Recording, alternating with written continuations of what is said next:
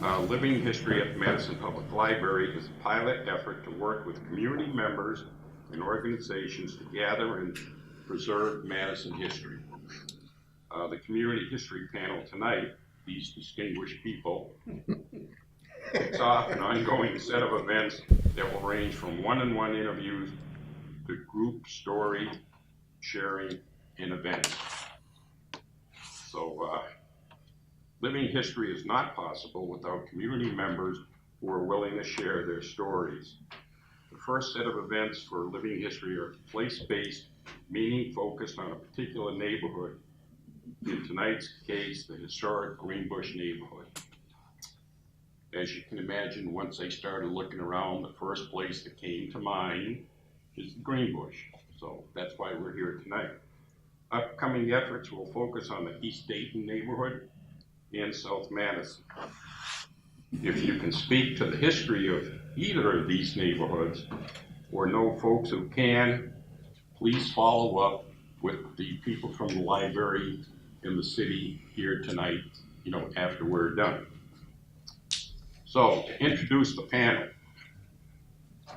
we have Nick Valderota from the Italian Workmen's Club, John Kaliva with the Workmen's Club, Katie Stassi West with the Italian American Women's Club, Sam Moss, a member of the Jewish community, is from the Bush era, and Tony Bruno, who is with the Italian Workmen's Club.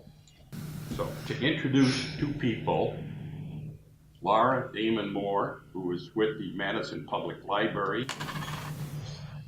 sit back there, and Amy Scanlon, who is with the City of Madison Planning Department. They are the two that contacted us original, and with our president back there, Dave Rizzo, it's sort of comical. They had this whole program worked out why we should get involved with this. We being the Italian Workmen's Club.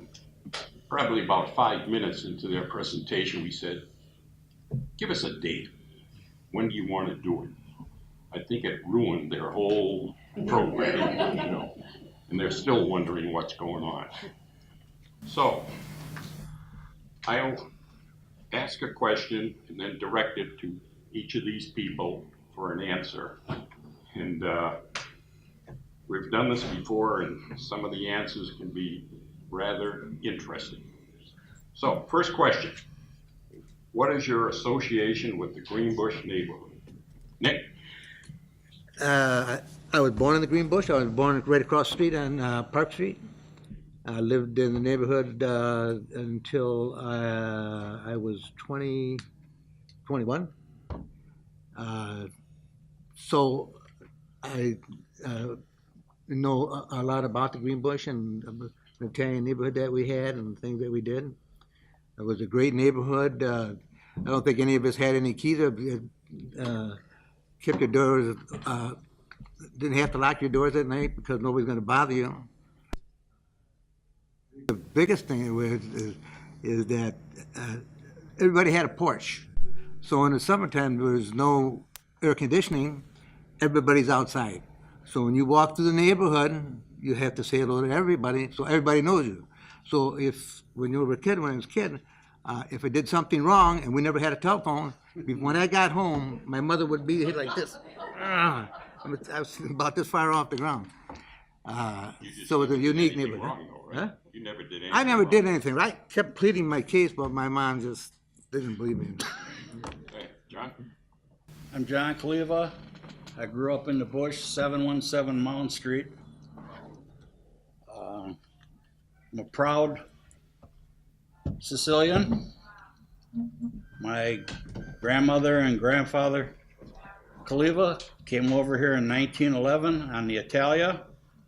They came through Louisiana, worked their way up to Madison. My mother's parents came through Ellis Island, 1913. They all settled in the Bush, one of the best neighborhoods Ever. in all of Dane County, possibly the state, till they had some idiot Yeah. with an urban renewal project. We'll get to that later. Okay, all right, fine. Like I said, I'm proud to be here, keep our heritage alive, and hope you people will understand our feelings as we go along. Thank you, Frank. Tony? Oh, my turn? Yeah, good, Tony. Tony Bruno. The house I lived in was where Deep Chicken Denora Clinic is, right across the street here. I lived there. My grandfather's house. Later on, we moved to the end of Regent Street. Tantillo's Grocery was on the corner of Regent and West Wash. Paley's Junkyard was next to that, and our 3-flat was next to that. And then when I was in 6th grade, we moved to a foreign country, corner of Orchard and Bowen Court down in the St. James neighborhood, all the Germans. But managed to hang around here in the bush, went to St. Joseph's grade school, which is no longer on the corner there, and St. Joseph's Church. Sammy? Yes, I was born in 1939, and I was born in Madison here. I lived here most of my life. We had the Milwaukee Bakery, which I'll talk about later. And I moved back to Madison after a corporate career around the country in 1972, I think. And I've been here since then. Thank you. Katie? Katie Stassi West, Cisco.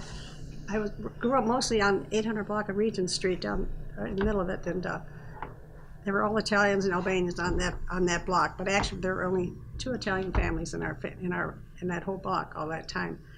And let's see, I'm a 3rd generation member of our club. I've been a member of our club for 70-some years. Can't believe. I joined when I was 18 years old, because you had to be a member. You had to be 18 years old in order to get into the club. And I have a lot of friends right in this whole place right here. And my grandfather was one of about 5 brothers that came over to this country at the same time, and he was a Parisi.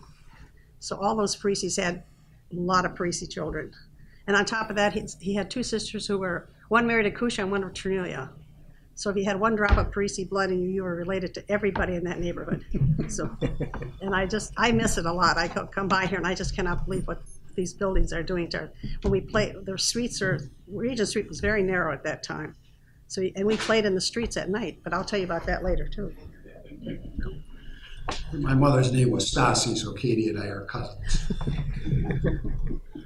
They often say anybody in the bush, they were all cousins. One way or the other. All Kushinis. Well, between Parisis and Stasis and, Okay, next is share a story about a person or a place related to Greenbush history that you want people to know.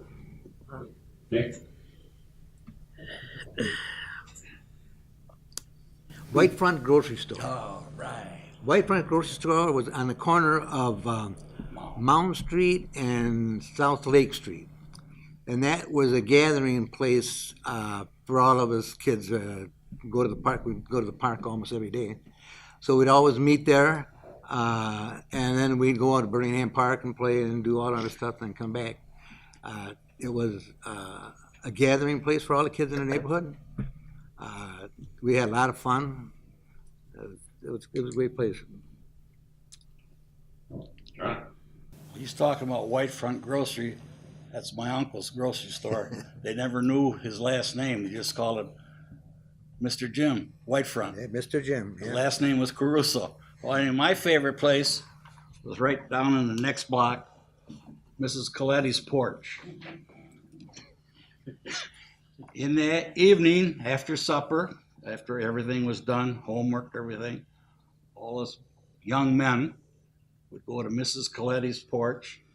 We stop either at Mr. Aiello's, Mr. Jim's, Mr. Kusha, and get a nickel bag of Semenzis. For you who don't know who Semenzis are, they're squash seeds, salted squash seeds. for a nickel, you get a bag like this. We would sit there and crack some Menzies till your lips parched. Or till Mrs. Coletti says, you're gonna sweep them up and you're not gonna leave till they're all gone. And that was our gathering spot. Thanks. Tony? Down the street here, next to Buckingham's Tavern, that used to be DeSalvo's grocery store, right across the street, the Greenbush Monument is there.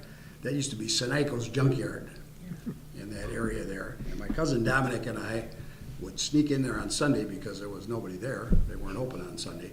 And we'd find the leftover batteries from the railroad lanterns.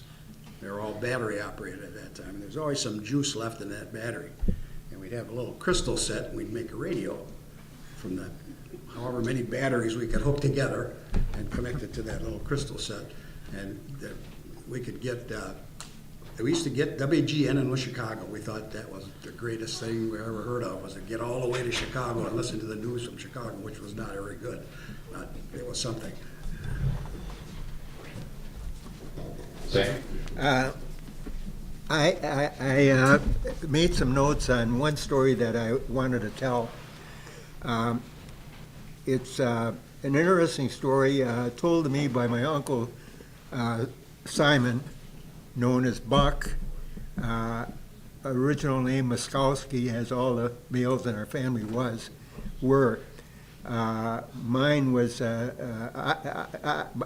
changed in the 40s when I was still a minor, so it wasn't my choice. I was named after my grandfather, who passed away in 1934. He was the baker, original baker, and I wasn't born until 1938. So the name was changed in the mid-40s, and if it were up to me, I would not have changed my name. Because I respected him so much, I would not have done that. But it was a matter of convenience, I guess, for most of my uncles. Anyway, what I wanted to talk about was which is not really talked about very often, is the era of the Prohibition in the Greenbush area, how it impacted here. And I only know it because I wasn't alive at that time, from my uncle, I call him Shim, Simon Buck, what he told me about it. One such family was the Romano family that lived on the 800 block on Milton Street, which doesn't exist anymore. And at least 4 of the very stout Romano boys I knew, Tony, Frank, I knew him as Fluffy, Ben, and Paul. Paul, also known as Popeye, was a particularly good friend of my Uncle Shim. They were both on the members of the 1940-1941 Central High School Big 8 championship football team. And during Prohibition era, it was not uncommon for home brewing activity to occur in many Greenbush homes, including the Romanos. I think the statute of limitations is over on that, and they're all passed away now, so. Yeah. The revenuers are not out looking for anyone now. Anyway, the ingredients required to process brew included sugar. Sugar was restricted to the general population by the federal government. So you can only get so much of it. They didn't want people making the brew. But it wasn't restricted if you had a bakery. And so I remember in the old days, in our storage area in the back of the bakery, there was 100-pound sacks of flour of various sorts, sugar, salt, and other ingredients that was used in the baking process.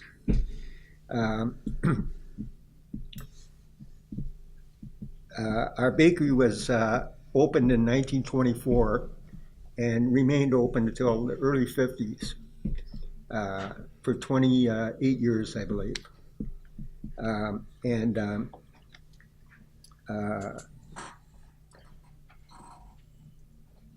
The philosophy in Greenbush was, you could say, was you scratch my back and I'll scratch yours. That was the Greenbush store and home philosophy. Our Milwaukee bakery was protected from vandalism, and sugar was dispersed by our bakery as needed. Shim told me that it was not unusual for him to bring some French bread over to the Romano home for a spaghetti meal. During one such occasion, the federal revenuers knocked on the door, and the four big Romano boys blocked the door until they dispersed of the ingredients.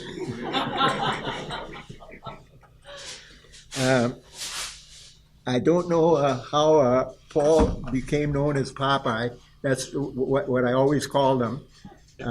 But there was a cartoon in that era with the character named Popeye the One-Eyed Sailor. And do you remember that? Yeah.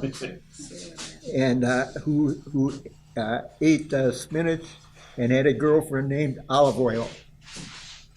I'm sure Paul ate more pasta than spinach, and I don't know that he had a girlfriend named Olive Oil. He may have, but I didn't know that. Both my Uncle Shem and he enlisted in the Navy, so they have that. You know, there was a draft back then. There was no volunteer enlistment then. You were either drafted or you enlisted. And they were in the Navy, both of them. After returning, Popeye had tryouts with the Bears. And I remember seeing him play at Bree Stevens Field in 1948 for the, I think, the Wausau Muskies, which was a semi-pro team, against a Detroit team then. I think he passed away the same year as my mother in 1994. That's why I remember it, because it's the same month my mother passed away. And a fairly young man, and he was considered by Central High School, Gus Pollock, the football coach, as one of the best of his Italian running backs, and the most versatile. There were others, but particularly him. After he returned and tried out for the Bears and played the semi-pro team, I think all the Romano brothers that I knew worked for the city of Madison in one capacity or another. Paul was an inspector for the property inspector when he passed away. That's the story I wanted to relate to. Education was very important in our neighborhood. All the parents really didn't have a good one, but they wanted their children to have one.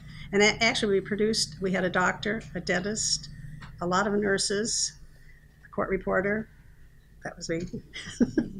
And most of the kids on our block went to Central. I went to West because we happened to be living on the other side of Park Street at the time that my brother started school. So we got to go to. So the summers you played with all of them, and the language was terrible, really. And I was right in the middle of them. But I went after school started. I went to West, and I never swore not once. All the time I was there, but it was cycle. But it was so easy to do when you were with all these kids. And I just grew up in a great neighborhood. I didn't realize it at the time how great it was. But our people were. We had a lot. We had I think about 4 girls in the waves, and every family had a boy and our son that was drafted, and But, no, I know, but I think about them and I think what they're doing and I realize I'm just older than any of them were at the time, but, they did a lot for our neighborhood and brought, Italian boys were very popular, so they were very good athletes and they were very popular and very well respected too. But the girls we didn't do a lot. We didn't get a chance to do a lot because you're supposed to just stay home and learn how to sew and things like that. But it was a great neighborhood to grow up in. I have very many happy memories. See, Italian boys were popular because they were good looking too. I know it. They were. They were. Everybody wanted them. All those American girls, as we called them. Americanis, the Americanis. All right, now, remember, this is being videotaped. Yeah, this program is being developed, next question, as a way to preserve the day-to-day activities that seem ordinary in the moment, but become extraordinary as time goes on and times change. Share an ordinary day-to-day story that will show the neighborhood's extraordinary qualities. Katie, we'll make you first this Oh, time. great. Let's see. Well, I'd have to go back to education. That's what did it. We had boys that were going to studying subjects that no one even heard, would have done 30 years before that. They were very well, the Scarrow boys, the Pecoraro girls, they all went into high, they all got college degrees. Some had masters, some had PhDs, and we probably don't even know people don't even know who they are, but I remember all of them, and I always wanted to be like that, but I never was quite as smart as they were.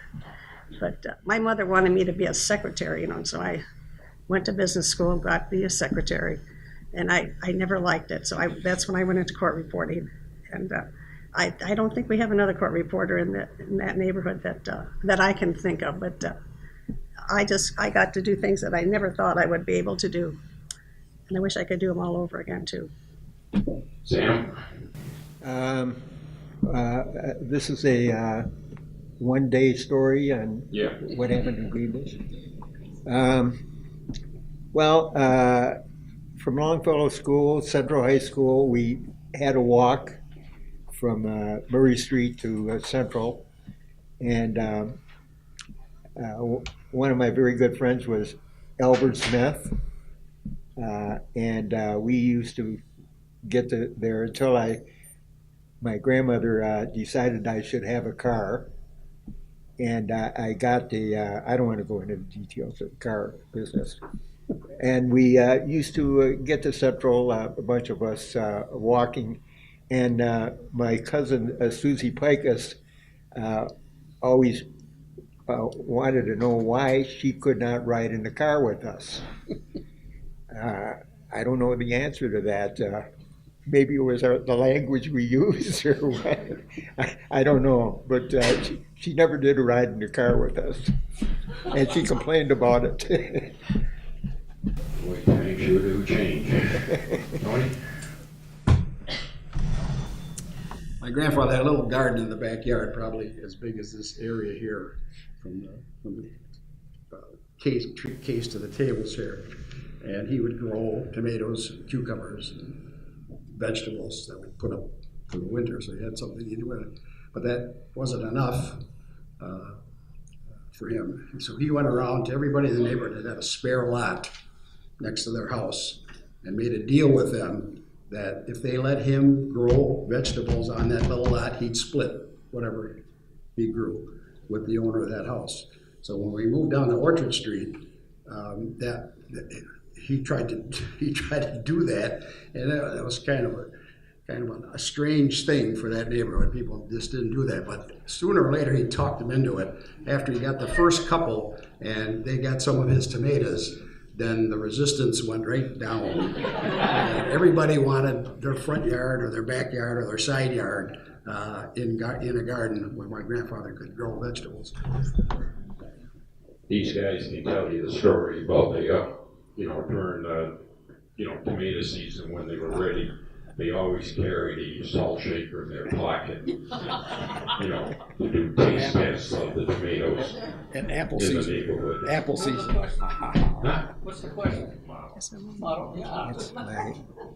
Being developed as a way to I'm a preserve diabetic. day-to-day activities that seem ordinary in the moment, but become extraordinary as time passes and things change. Oh, you did hear that. Me? Is this a test? Yeah. Well, first off, we never knew we were poor. We never knew we were poor. We didn't know that we were of color or different color. We never locked our houses. In fact, I did not find the key to our house till the bulldozer was in the backyard and the house started shaking and the key fell off the ledge. It was a skeleton key. You could have opened up any door in the bush. Talk about things. Starting on one end of our block was the Briscoe Club. Next door to that was the neighborhood house daycare center, which was run by Mrs. Briggs and Mrs. Braxton, which later was staffed by a Polish family, the Zmajenskis. Next to that was the Carvellos, Laternos, us, Kalivas, Caruso, Onheibers, Scudera, Mrs. Mosley, the weather lady, the Jewish synagogue across the street, Baptist church, Black Baptist church, the Johnsons, Mr. Applebaum the hermit, Sieve's butcher shop, Treno's fine tomato garden, and the Vitalis that own the liquor What extraordinary qualities did all that area? that we were Sure. diversified. Okay, excellent. That's it. We were diversified. We didn't know. We didn't have any boundaries, racial boundaries, color boundaries. Nana would make pasta on Saturday, feed half the bush. Mrs. Smith, the black lady, made the best frying pan cornbread in the world with sorghum. We'd all go over there. Mrs. Onhaber would make some Jewish chicken. Oh, my Fidelfa or something. That's a diversification. That was good quality. Don't you wish the full circle come back today? But Nick? I think the best quality of that bush was that everybody knew everybody. So you couldn't go any place without knowing anybody. You knew everybody in the bush. You had a lot of respect. They treated you respect. And I never heard my father ever call his friends by just their last name. He called Mr. Joe, Mr. Smith, Mr. And I think what I take from is that they had a lot of respect for everybody, and that's what I take away from it. Thank you. Frank. Oh, this one should be. Frank. Simon Moss's uncle, who we talked about, was asked one time about how it was to live in the Green Bush, and he said, well, we were all in the same boat. We got along because we were all in the same boat, and the name of the boat was poverty. Yep. Best description I've ever. Let's see, share a story about the Green Bush community traditions, and if they are still observed by the community today or your family. What was it again? Traditions from when you were growing up to today, are they still being used like in your family or here at the club or, in general? An example would be like at Christmas. Yeah, We always had big pasta dinners and yeah. Well, I think every Sunday was our thing, because we had spaghetti and meatballs every Sunday. My father was a great cook, and so he would cook all of our Saturday and Sunday meals and all of our holiday meals. and my mom would cook in between. But she was good at making pasta sauces and stuff like that. But my father would get up early in the morning on Sunday, and he'd make the sauce and with meatballs and sausage and sometimes bouillon or whatever.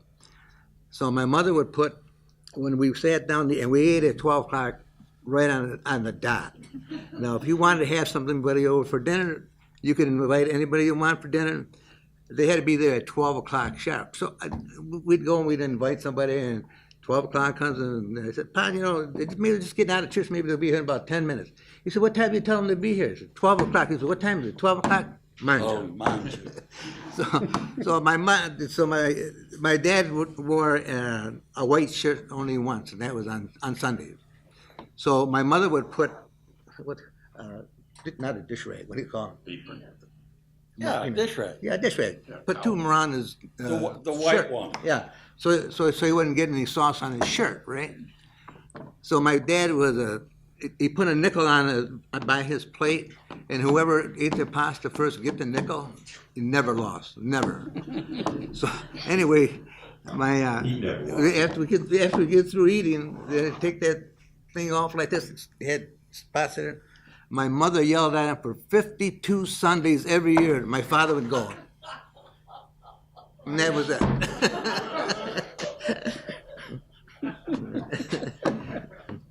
John? You can't forget. I can relate one. Quote me And again. I'm from out east, okay? But back, in the 50s, 40s, Catholics, we couldn't eat meat on Friday. And how many times did we have pasta with olive oil and garlic? Oh yeah, yeah, Like I said, Sunday was pasta day. yeah. I don't. Everybody pasta. It was pasta day. But to go further, Christmas time, Nana Caruso would make cucciadadis. Oh man. The hardest Italian cookie to make. I mean, it was complicated. From soaking the figs, the raisins, the fruit, the candied fruit, with a hand grinder. You clamped it on the table, huh? I still do that. And fruit. Grain of figs. Huh? Figs in the name. All right. That way. And she knew They're so to the cookie stuck. how many she made. She would lay them out in the spare bedroom on the bed with the white sheet. You trying to be sneaky, you'd fudge one in the middle, right? And move the column over. Did not work. Did not work. Grandma had a broom with about a 20-foot handle on it. Because she never missed. Never missed. But boy, they were the best.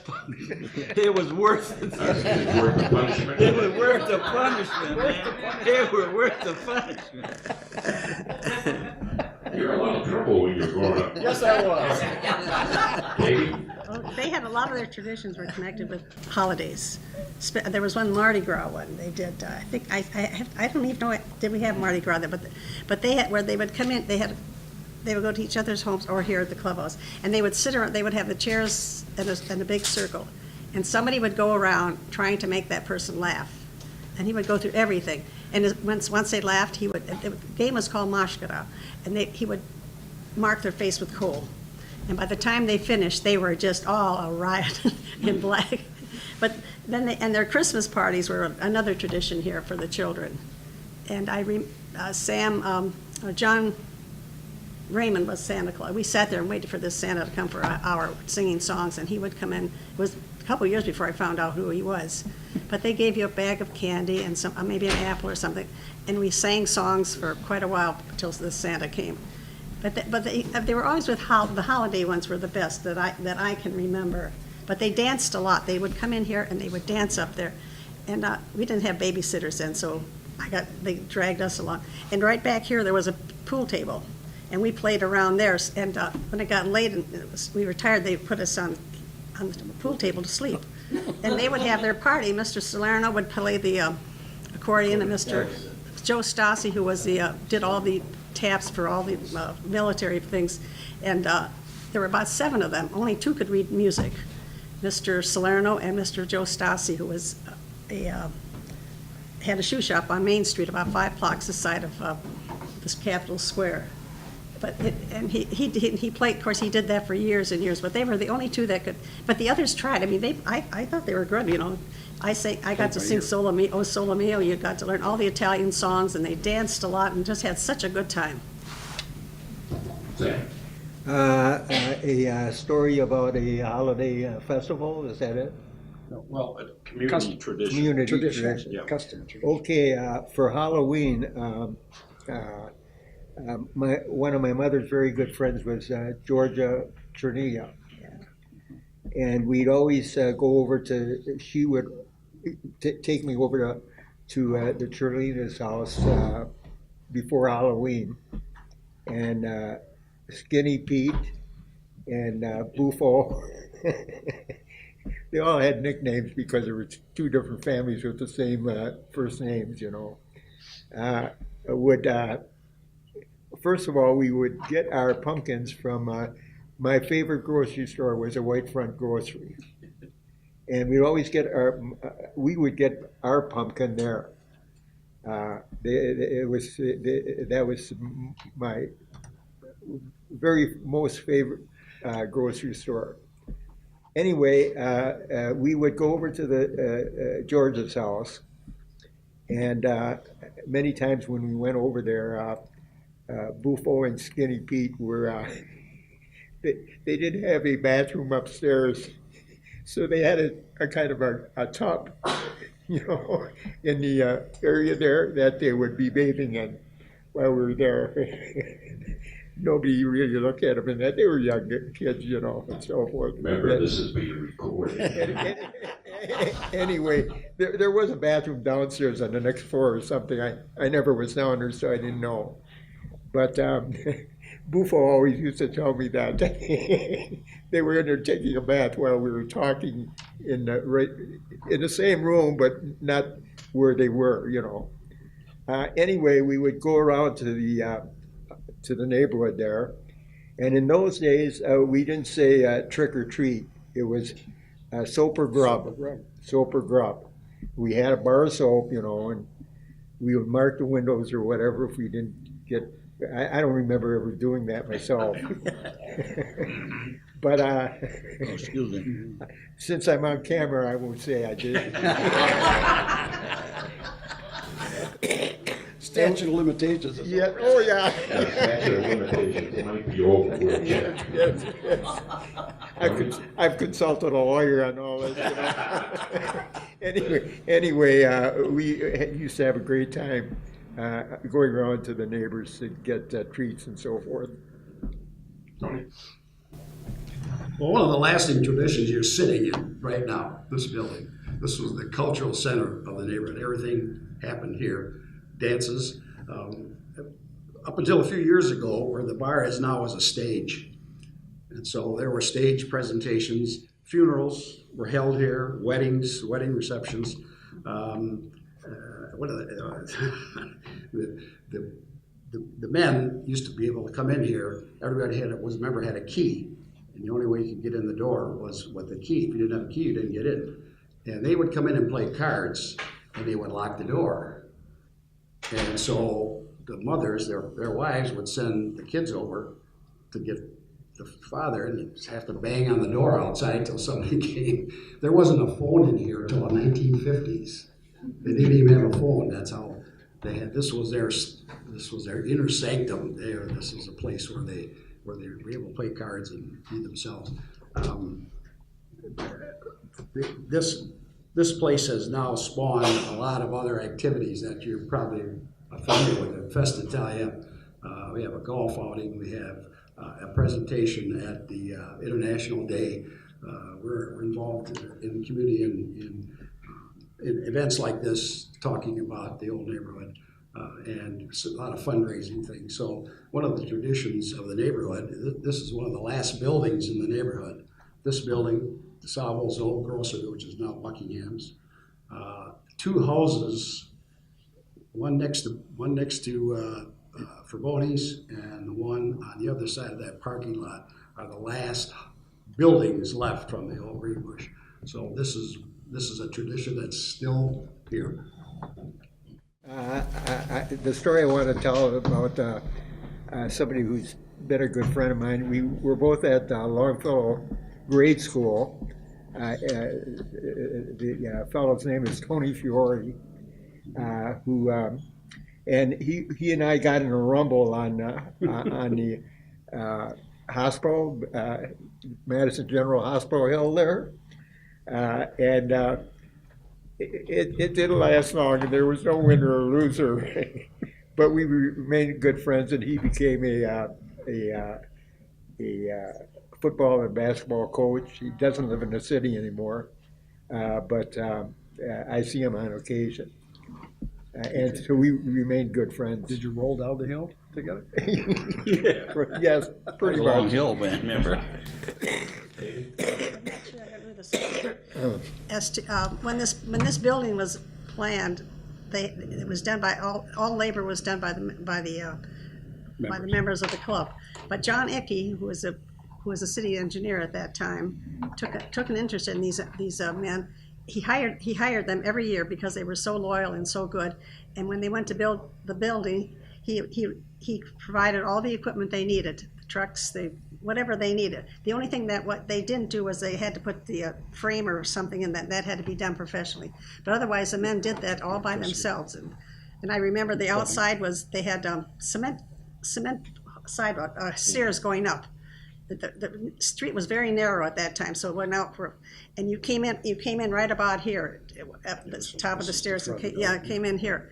But it's amazing how these men who had never done it before, but I know my father worked for him for a long time, and they were so loyal that he would hire only these Italian men, and that I know who the John Ickey family, but they were very, very loyal to this club. That's it. I can tell you from working to maintain this, they built it pretty solid too. This building was built in 1921, and major addition in the mid-30s, and that would be the front as you come in the steps, or coming off the sidewalk and up the steps. This was the outer Indoor plumbing. Other than that, it was out to the back. The Bacalzo. The Bacalzo. The Bacalzo. Sam, like you, if you would, you want to, about changing the name Yeah. by, what the benefit, so. Well, I think a lot of Italian families as well changed their name to shorten it.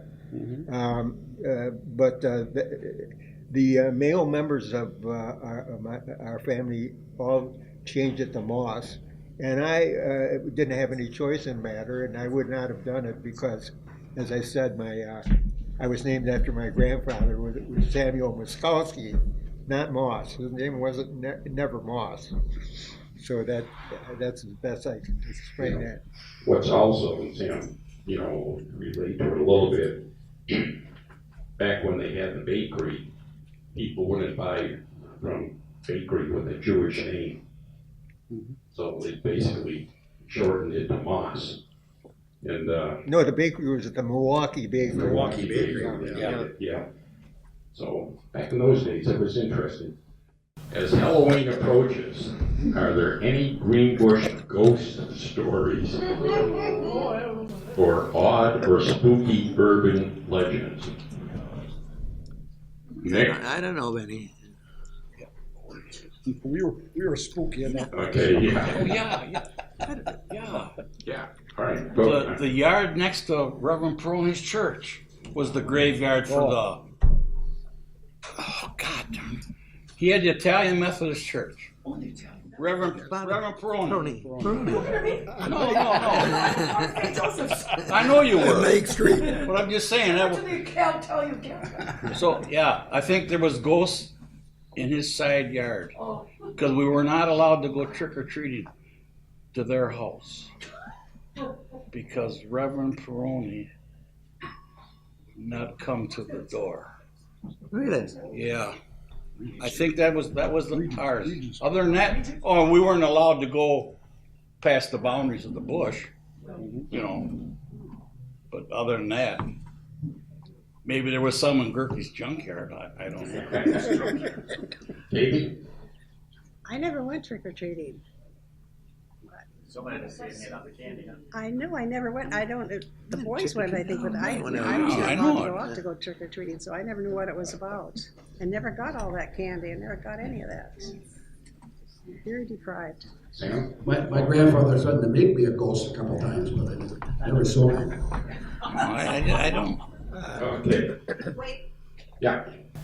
for those of you who are first generation, your parents, like Nick's, your parents were obviously born in Sicily, right? No, my parents born here. My grandparents born in Your Sicily. grandparents. So My parents here. Okay. do you remember, whoever member of the family, how they connected the celebration of November 2nd, the fest of the Festival with the Auring? Do you have any special, Did they tell you? festivities around Halloween? I don't remember any, Did they tell anything about how yes, I know what it was is, yeah. celebrated in Sicily when the children received presents from their dead relatives? They were surprised. I don't recall, maybe I'm too old to remember. Pardon? All Saints, wasn't All Saints Day and Halloween kind of? November 2nd in Sicily, they probably, the first generation also were born here, but their parents were still Italian, Sicilian. Then that's when in Sicily you receive, when children expect presents from home, their dad, relatives, especially grandparents, uncles, etc. The better, if you have a grandparent, the more present you're going to receive, of course. So Interesting. they really, it was almost like Halloween, it is like Halloween. It was the night of All Saints, so they were all expecting. I was expecting. I see American kids, we get all candy. Much easier. You just looked it up on Google. No. November 2nd is the Day of the Dead. Yeah, also celebrated on Oh, November yeah. 2nd. Right. All Souls Day, considered the Day of the Dead. Well, you go down to New Orleans, it's still celebrated that way. Yeah. So Halloween and the Dead. Okay, moving right along. We don't move along, we might be here at Christmas. Who knows? Okay. This is the question that I know is in everybody's mind. Describe some of the businesses, cultural landmarks, and/or physical attributes that were lost to the development in the 60s. Jewish clothing store, Italian meat market, Jewish meat market, Church. Jewish grocery store, Black church, Italian Methodist church, Catholic church, the Key Club, Swartz's Pharmacy, Gerke's Junkyard, Paley's Junkyard, Hyphus. Anything else?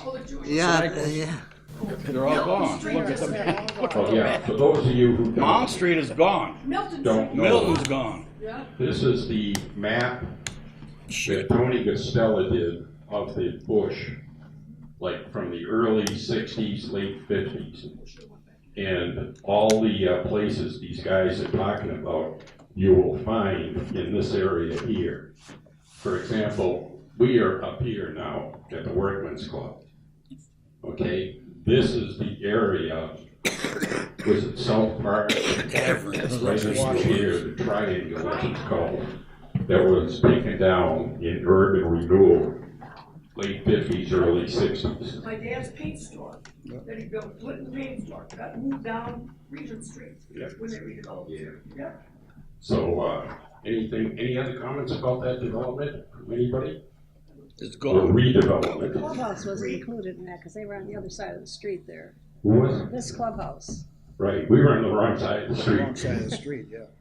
Yeah, fortunately, But this club was gonna be, at one time was Cleveland's gonna be. Tire and Battery Shop. right. And it would have been on the lot where the St. Joseph Negotiated Church was clubhouse. built like. Huh? That Negotiated was- That's where clubhouse. their plans were. If the question is, what of those do we miss? We miss them all. Yeah. Oh, yeah. Why? Brittingham Park. Still there. It's still there, but it's not like it It's was. not a city park like we had. losing your identity, and losing the whole Italian identity. Whole sense of family. Yeah. The whole area was family. Even South Shore Beach, where a lot of Italians live on the south side. Yeah. West Lakeside. I think one of the things you've been hearing about, you know, during this whole presentation has been family, neighborhood, you know, everybody's close, know each other, and obviously, when you come in and tear it down, you know, you lose that. Yep. And I came here in '61, and talking to these guys and stuff, you know, you're never gonna regain it, unfortunately. And, you know, they did things back there during that redevelopment. There is no way you could even think of doing that today. You imagine trying to tear down churches and synagogues and schools for housing? Not in Madison. Try tearing down Williamson Street. Yeah. Oh, yeah. So, okay, now we're gonna, yeah, Mark? Can I just probe this slightly there? Do you remember a strong expression of emotion from back at that time with renewal of somebody who was really angry or somebody who's really sad? I mean, is there a day that you're just remembering moving out of your house? Angry. Finding, yeah? But John. Tell us about it. What was the anger? Angry? Huh? First off, the city raped them. With no concern of where they were going to go. I would say that 75% of the elders died of a broken heart. That's true. They lost all their kumpadis. They lost all their friends. They didn't know where to go shopping because everything was in walking distance. Get a plate of pasta, clothes, communion, all in the wedding receptions here. Get married across the street, have a reception here. They put them on, they just, that's it. We're renewing you guys, that's it. My grandmother was one of the last houses to get tore down on Mount Street. She was sitting on the porch, front porch, her black dress on that they wore because she lost her husband. She had the rosary. We had to convince the guy with the bulldozer to work from the backyard up. When her front door of her house hit the porch, she knew it was over. Tell me they weren't mad? No, really, how would you guys feel today? They say, okay, we're taking your house. Here's a check for nothing. Goodbye. Huh? The biggest thing is most of these people because we're in They went to the low income housing. Remember what was that called? You know, they did. Bayview. They did move a number of people, Yeah. mostly widowed ladies. Yeah. Yeah. You know, into that project over there. My grandmother did. Yeah, my grandma went on the one on Lakeside Street. Okay, just a minute, right? Did they get to keep all their stuff? Yes. They get to keep all their stuff. Yes. But the biggest problem was that in our neighborhood, everybody spoke Italian. Yes. I mean, our parents and everybody spoke Italian. So when they moved these people out, they're now in their 70s and 80s, all they spoke was Italian. They went into a neighborhood where they didn't know their neighbors who never spoke the word. The only way they could communicate was by telephone. Yeah.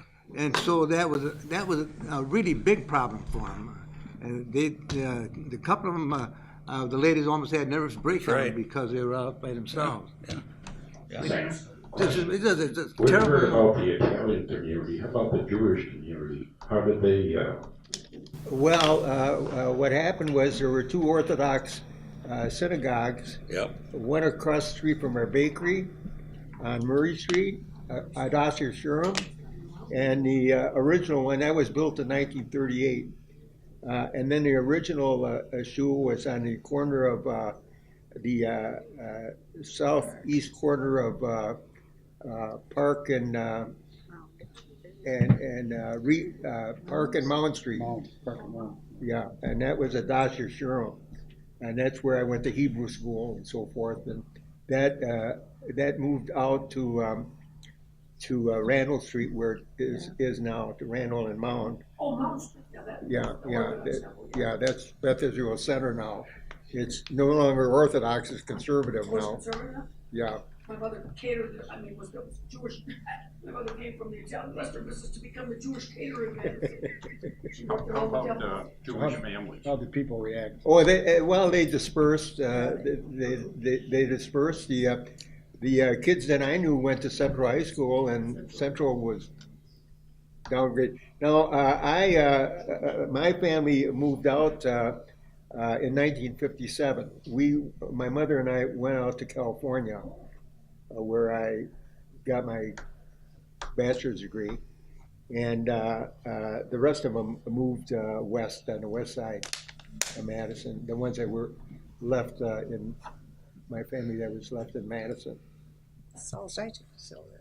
Pardon me? Saul Zajac is still Oh yeah, I see him regularly. Yeah. Saul still Yeah, lives there. yeah. Okay, now we're gonna open it up to questions, answers. Dave has a microphone, please use that.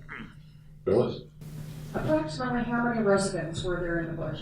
How many people lived there? Anybody know a number? I have no Roughly? idea. Bufo was here. Several hundred. I'd say several hundred to 1,000.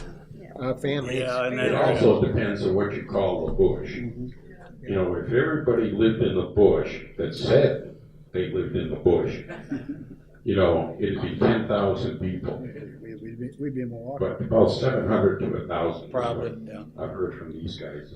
Mark? So when you said the city raped the Green Bush, are you referring to what Money, that they didn't pay Eminent their domain. price Money. for property? Eminent domain. Did it? yeah. Give you, yeah, if that. My So gra- do you my, remember any of the houses where your own experience or your family of knowing what a property was worth and then knowing how they? well, the city said my grandmother's house was worth $3,875. It was a 2-flat with a 4-stall garage, a garden, porch, upper and lower, 3 bedrooms. You know, she got a check for about $4,000, something like that. This is 1964. Supposedly, in like State Historical Society records and stuff like that, the person who was in charge for, you know, like the redevelopment authority, he bought a lot of the houses like this and sold them back to the city. Right. Bought them for nothing. You know, so there was that type of stuff. Also, you know, these guys have told stories about if you could speak English, you got a certain amount. If you couldn't speak English, you got a lower amount. So, And they had no guidance. They had no legal, you know, they were elderly, you know. And by that time, my mother and father, they had already moved out because they ended up by Vilas Park, by Cheniglia's and Parisi, Germiners and stuff. So they're a little Italian, you know, little community up like that.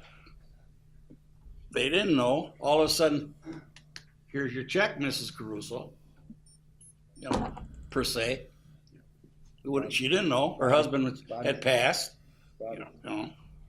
Sherman. It's condemned. If you didn't, they were going to condemn it. Let's put it this way. They'd find something wrong with it.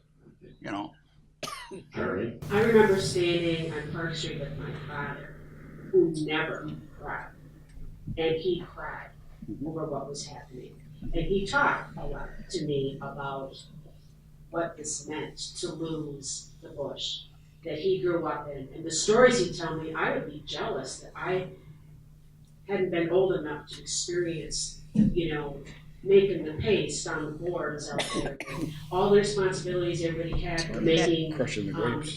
Can of sauce sodas, but and all of these things, and no locking of the doors. And my father explained how we, no matter what, you were safe. Yes. And no matter what, you could turn to anybody in the bush, and they would help you. Anybody. And so I never understood. You know, I kept asking my dad because I was young. I was less than 10 when this happened.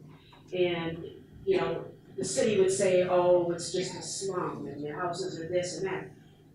I would have loved them to have gone in my grandmother's house. Yes, You could eat off the floor. yes, It was beautiful. yes. And we had many relatives of the sons who had families that transitioned through the apartment.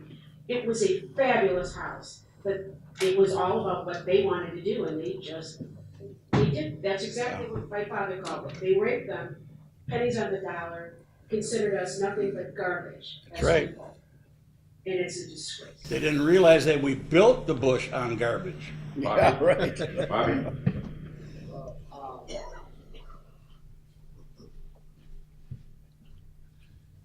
Talk about what they would pay Uncle Vito Sciro. They offered him for his house. He turned it down, so they condemned his house. Right. And gave him the lowest price they could possible. do. And then they turned around, they sold it to Vince Corona, who moved it over on Mill Street. So the house was condemned, but they sold it. Yes. Profit. Yeah. Okay, anything else? Mark? I can remember my father George and I were walking one day, and he and the other Italian kids would play Tarzan. The Tarzan was really popular in those Saturday matinees at the time. And right over by the Park Street Viaduct was a house that had two of those trees that grow the big long seed pods. He and the other boys used to pull those down and say they were bananas, and this old Italian lady would come out on her porch and go, "Hey boys, leave that tree alone. You're gonna kill that tree." And one day my dad and I were walking along, and he said, "Look at that. Whole neighborhood's gone. All the houses are gone. Businesses, the old Italian ladies, and those trees are still there." Yeah. They were up until they did the bike path, and then they finally took those out. Interesting. To leave this on a high note, okay, I have a question for the panel members, and I'll give them a couple of minutes to think about this. I know what his answer is going to be.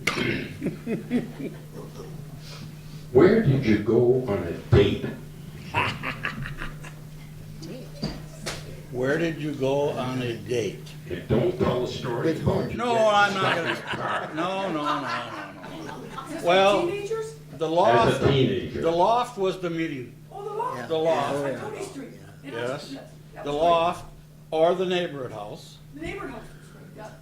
Yeah. If you were lucky enough to convince the parents of an Italian girl, Oh, forget that.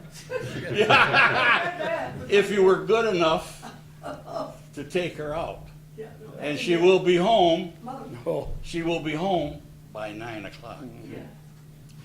God, I wish I could be done still today. Yeah, Nick?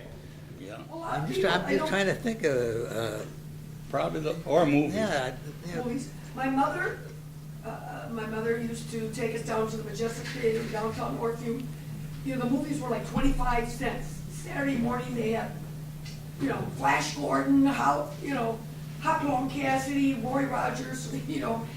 But I meet a lot of people in those days, because I grew up in the restaurant for Jimmy's Spaghetti House that my parents started, and I grew up there, and I was there, you know. I'd get done school, and she'd pick me up at school, bring me to the restaurant, I used to work at the restaurant. A lot of people used to come to that restaurant, I mean, for days, a lot of young people. That was, excuse me, I'm biased, but that was the restaurant on Regent Park there, Jimmy's Spaghetti House. They came from all over. The pictures that my mother had, I can't find them. Anheuser Let me get you a Busch, napkin. Tony? LaRonde, she came there, Bob Hope, Bob Crosby. Where'd you take Mary on a date? We I didn't mostly know went- Mary then. We mostly Okay. went to the dances at Blessed Sacrament, still up in Lodi then. Loft, and, there were a couple other places, but we went there. But we were all together, and my cousin John, I don't know if you remember my cousin John Kusher, he was my safe, and he was always right there, you know, so I couldn't do anything wrong, or nobody else around me could. But we went to those dances every Saturday night. Or no, it was Friday night, it was Friday night. Friday night Blessed- dances. Blessed- yeah. We never had any money, so you would Thank go you. I'm down sorry. to Vilas Park, go to the zoo, go to Brittingham, go swimming. Things that didn't cost any money because you didn't have any money. Well, you've told I've heard you talk about it, asking a young lady out and going to her house to pick her up. Oh, no, No. I was there with some friends of mine, and we went to this girl's house, and the father asked me what my name was, and I told him, he said, "Is that Italian?" I said, "Yes." He said, "Get out." Get out. That was in Tacoma. In Tacoma, oh, of course, waspy. Sam, do you have any trouble with women? Statute of limitations are up on that too.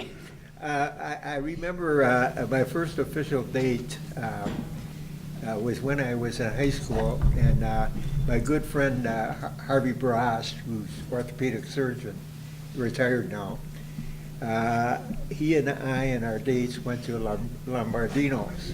Oh, yeah. But we went to the lofts and, at other times and so forth.